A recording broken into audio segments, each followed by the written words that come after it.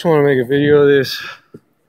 If you guys ever run into this kind of unit, you know, the one that's got the little ports, coil section, ICP, what was that? Model number Paul Gerald Charlie 060 Kilo 100 Bravo. Yeah, basically, if you ever need to clean this coil, like I started cleaning some of it, but as you can see right down there, the whole coil is like that. And luckily there's a side discharge, so I can just drop all the water right in there. But there's a little lip.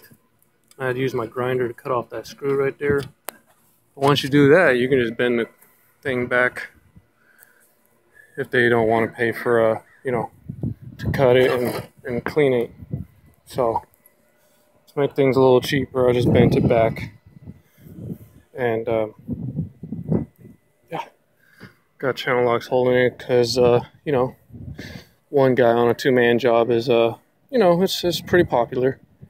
So yeah, just doing this shit by myself when I really needed a helper, but whatever. Anyways, yeah, right now I'm just gonna brush it and then wash it.